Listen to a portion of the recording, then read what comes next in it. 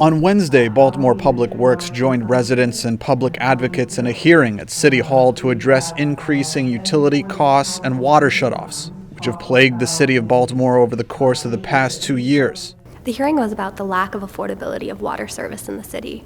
It was a hearing to start the conversation about moving towards an income-based water affordability program for low-income residents.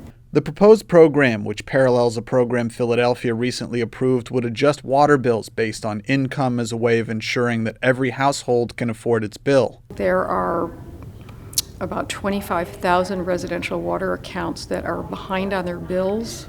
That's 15% of the total. It's more than $20 million in uncollected revenue.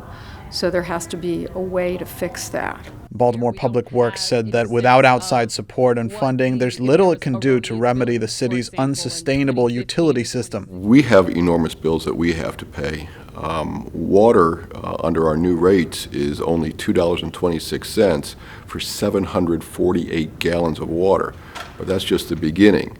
We also have to bring it to you, and that's infrastructure. We then have to take it away from you, which is infrastructure, and then process it, which is sewer. So we have a lot of costs that we have to make up, and there has not been investment over the years. So we have had to make that up through increased rates because there just isn't enough outside revenue for that. The utility says that we, the ratepayer, have to make this enterprise fully self-sufficient. And I'm not sure that that's the right way to approach this. I don't think one of the poorest cities in America can really sustain building out an infrastructure that's over 100 years old, that covers 82 square miles, that costs billions of dollars to fix.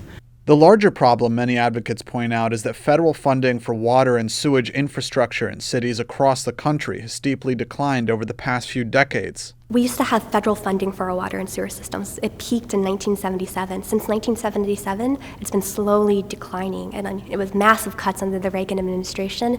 We reached historic lows under the George W. Bush administration for federal funding for our water and sewer systems. We had a boost with Obama's stimulus plan, but since then it's also started to decline again. So without this federal support, and with water quality standards continuing to increase, these unfunded federal mandates that we really need to have happen to make our water safe, we don't have that federal funding in place, and so rates are steadily growing in cities across the country. More recently, Baltimore residents complained when the city shut water off for individuals and not for businesses. The city's billing system has also been under fire for its numerous errors and overcharges. But at the end of the day, residents and advocates say the city has to open up its decision-making process to the public, arguing that if the people of Baltimore don't have any real oversight, it can't truly serve as a public good. The water rates are established and set by appointees of the mayor, and then they're approved by the Board of Estimates, which is also controlled by the mayor. So there's no independent body whatsoever